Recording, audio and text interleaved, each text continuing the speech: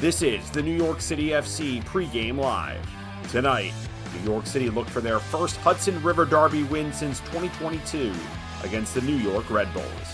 And now, here are your hosts, Glenn Crooks and Matty Lawrence.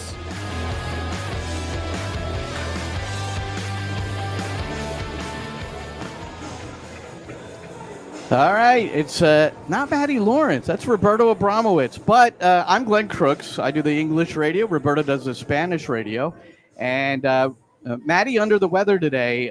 He's resting, I hope, somewhat comfortably at home. Matty, if you happen to be watching, we hope you get well soon. And he's missing the Hudson River Derby. He's not happy about that, but that's what we've got here, expecting 28,000 at Citi Field. There you see a good shot of Citi Field from where we call the game. And it's New York City against Red Bull New York up on that big Citi Field visual board. And it's the 23rd edition regular season of this event. And, you know, Roberto, let's get back. First of all, let's say hi. Hi, Roberto. How you doing, Glenn? It's good to see you. It's good to come over here. 4 booths to my left to be able to hang out and do this with you. And I'm really sorry that Matty got sick, and hopefully he gets better soon. And we'll see him next week in New England. Yep. Well, if we look at I just started scrolling at the lineups were just recently announced, and New York City making some changes. I think the biggest thing to consider, Roberto, is that we're going to see the starting debut of 18-year-old Serbian Jovan Mijatovic at striker. That's one of the changes in place of Alonso Martinez. We also have Tavon Gray in for Micha Ilinic, James Sands back in the lineup for Andres Pereira, and also Malachi Jones will make his second start. He's in for Augustine Ojeda.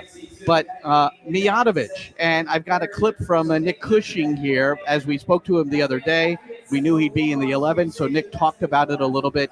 But what's your initial thought on that? It's a good chance for him to show what he can do. We saw him play with New York City FC 2 in their win. Right. Against Colorado Springs. So, and he didn't do much in that game, honestly. He only had 18 touches. But as we spoke during the game and then afterwards, it really has to do a lot also with what surrounds him and who surrounds him. And obviously, he's going to be getting a lot more service from guys like Santi Rodriguez, who's been playing very, very well lately. Malachi Jones coming in from the left. Hannes Wolf, who has been just like burning it up in the past 2 games. And so there's going to be a lot more opportunities, we feel, for him to show what he can do. Look, Alonso Martinez already raised his hand. He's got 2 goals playing as center forward so far. We know that Monsef Bakrar hasn't been able to find the back of the net yet for New York City, although the team is very happy with a lot of the things that he's doing outside of being able to score.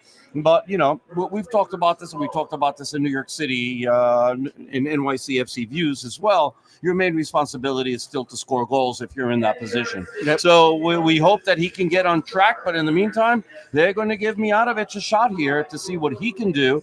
And we're going to wind up seeing who's going to really raise their hand to claim the starting position. Well, Nick, a couple of years, 2 or 3 weeks ago, Nick said we have 3 strikers, which I wasn't shocked, but I didn't think he looked at it that way maybe at the time. Alonso Martinez was one of them, Monsef Bakrar and Jovan Mijatovic, who will get the start today. It's a pretty nice bench. And by the way, if you saw Roberto and I recently, we do NYCFC Views every week, sometimes twice a week. You had a bonus Hudson River Derby edition.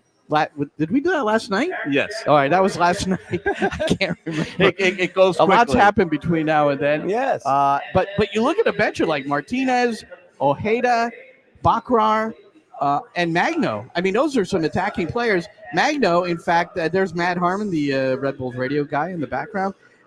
Magno has played 6 minutes in 2024 in the opener against Charlotte. And that's Charlotte, and that is it. And by the way, Julian Fernandez is there too. And Julian Fernandez, I forgot about Fernandez. Sorry, he's come off the bench. He's got 2 goals in stoppage time. So that's a pretty good bench, man. He's got some forwards there that are going to be able to create some damage and some havoc today, depending how they're needed. All right, so I asked Nick's permission when I heard that Mijatovic was going to be in the 11. I asked his permission if I could guess maybe the reason why. So here's our chat. I wanted to ask you if I could guess why. Of course.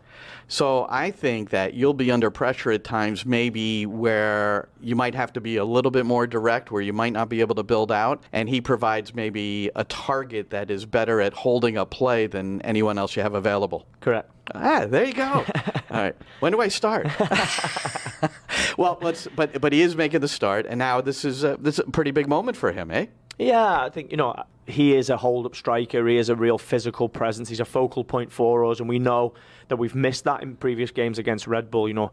I think you have to go one of two ways. Can you attack the space they leave, or can you play up to somebody to create the space that they leave? And I think, Jovan has pushed hard. He deserves his chance, and, he knows these games. He's played in the Belgrade derby, right? It's 65,000, a real high-intensity game, and he played for one of the teams that, won a lot in that game. So for me, as he's the perfect guy. The game won't faze him. He's hugely motivated to get his New York career going and his MLS career going. He wants to score his first goal. He wants to contribute for the team. So with rotation, with Munsef still feeling a little bit of the knee injury, with Alonso Martinez played 2 games in 4 days, it was the perfect opportunity for Jovan to get a game.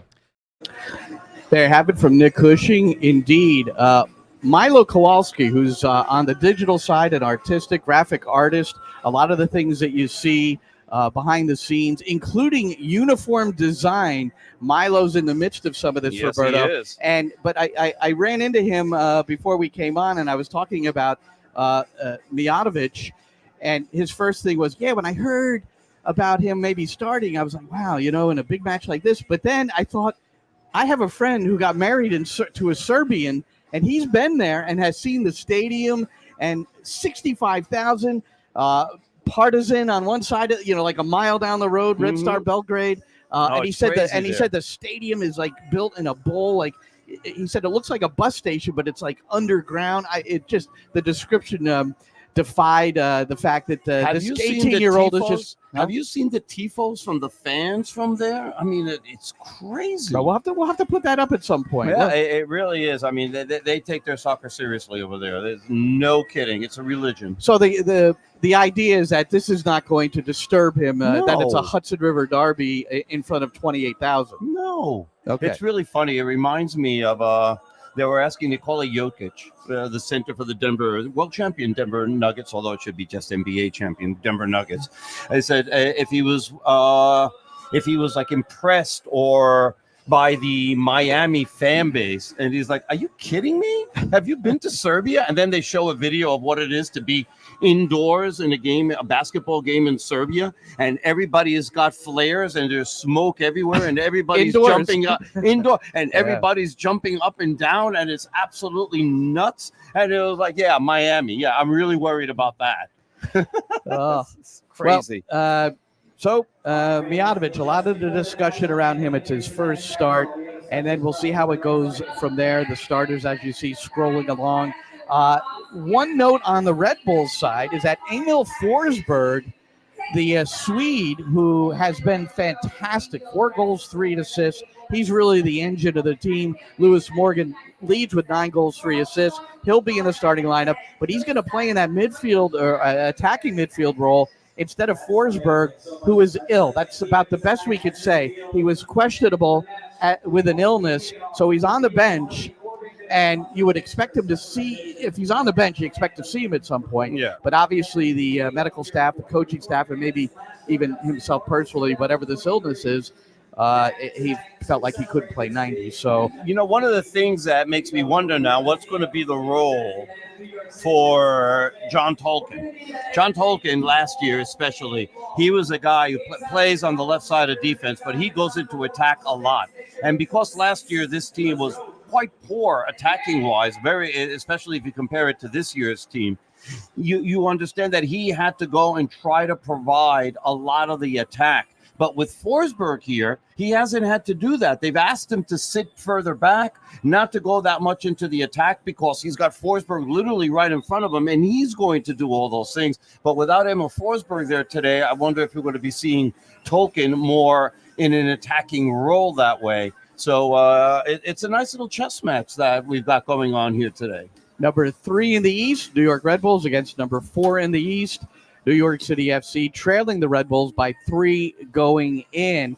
And let's go back to the last game. Both these teams had midweek victories on the road. Both were impressive. New York City winning in Chester, Pennsylvania, 2-1. The Red Bulls went down to Washington, D.C., and defeated D.C. United 4-1. So you had Alonso Martinez scoring 1 minute and 51 seconds into the match from Santi Rodriguez, his third assist, and Martinez his third goal.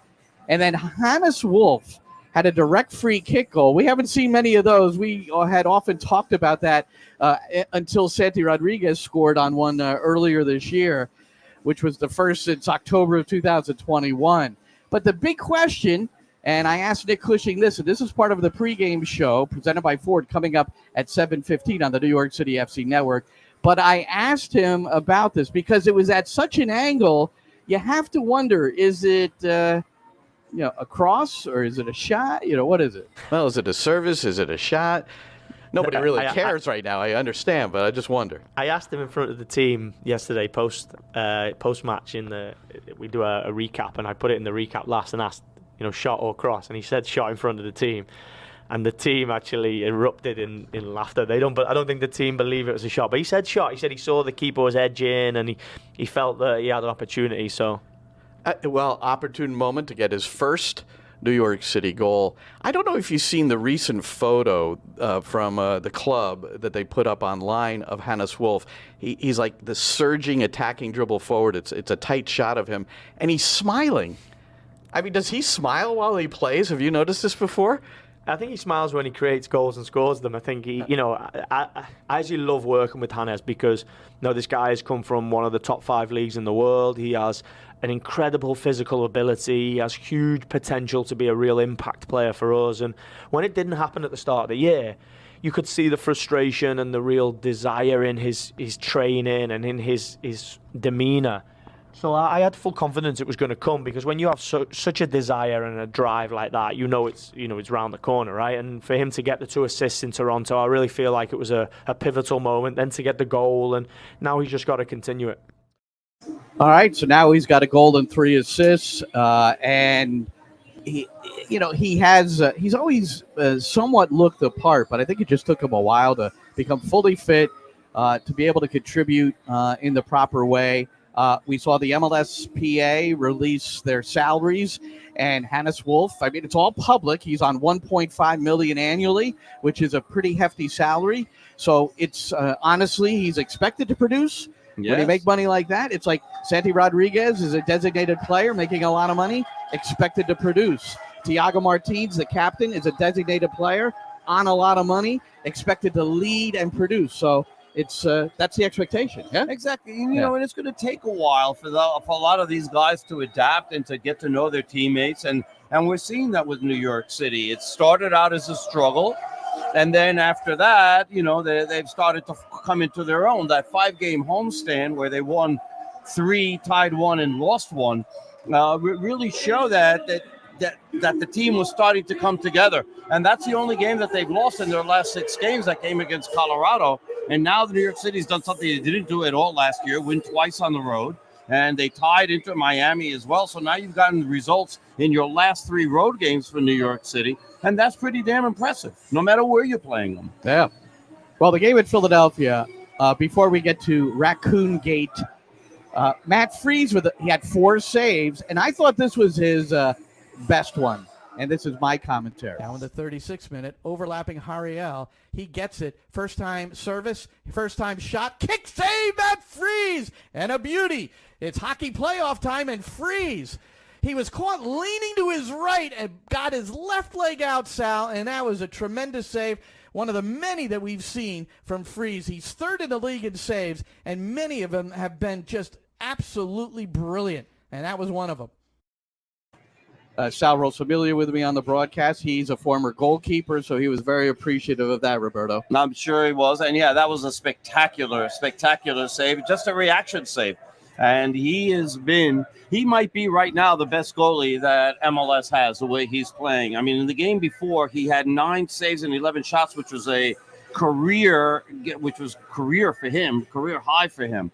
So, kudos to Matt Freese. He has really saved New York's hide quite a few times already so Saved, far. for sure. So he's third in the league in saves. He's got 49. John McCarthy and Brad Stuver, the former New York City keeper, are in front of him.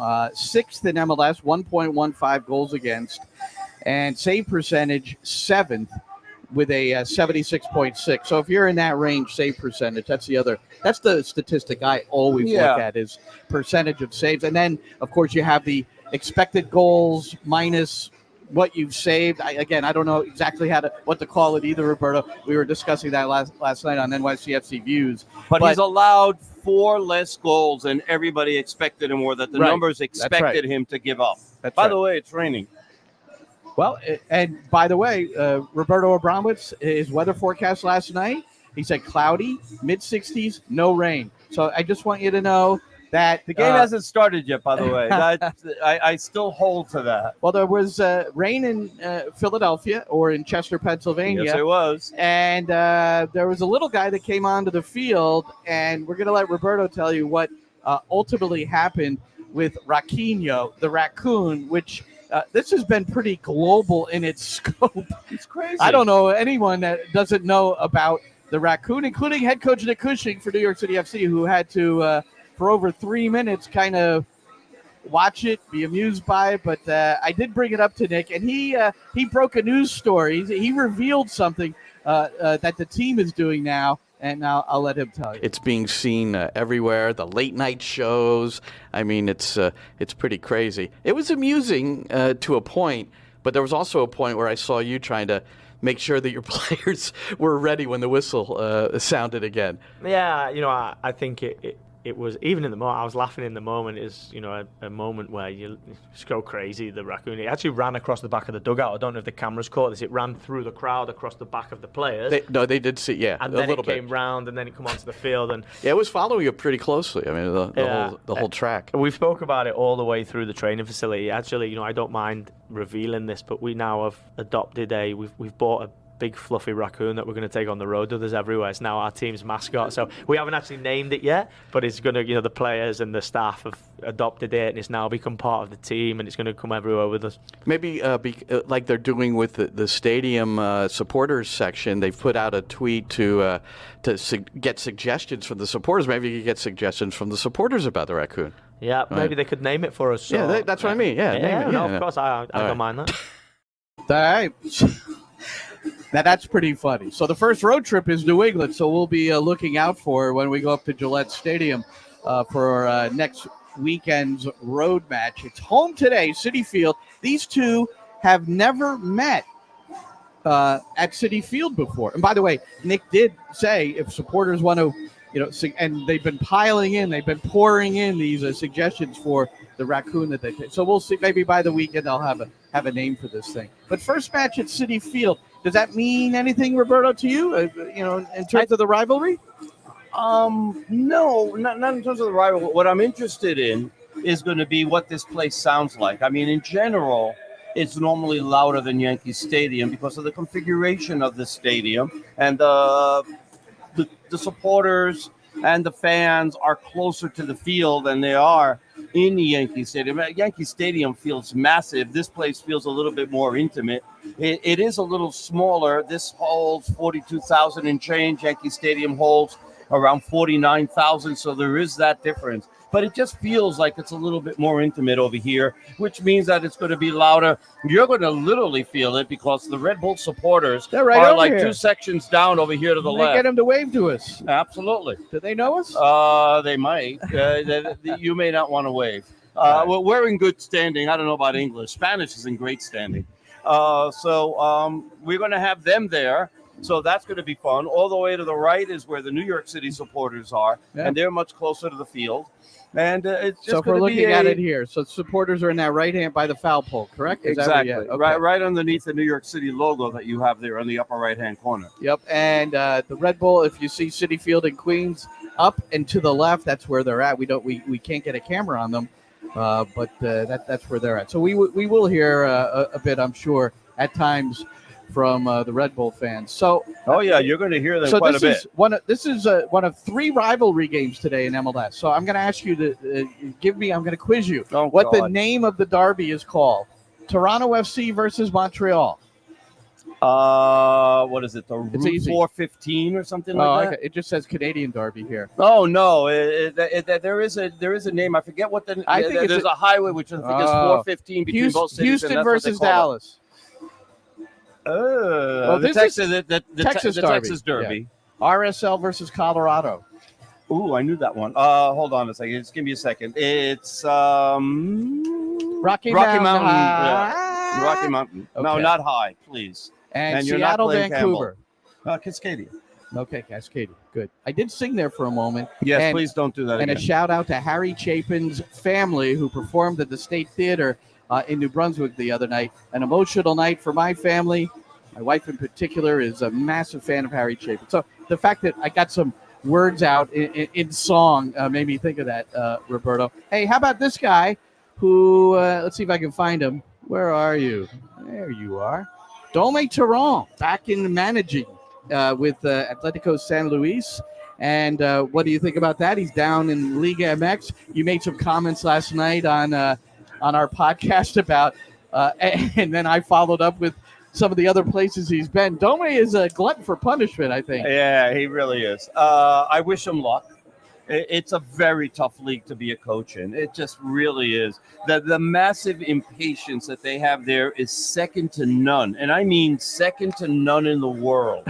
And so he gets Atletico San Luis, which is a small team in Mexico.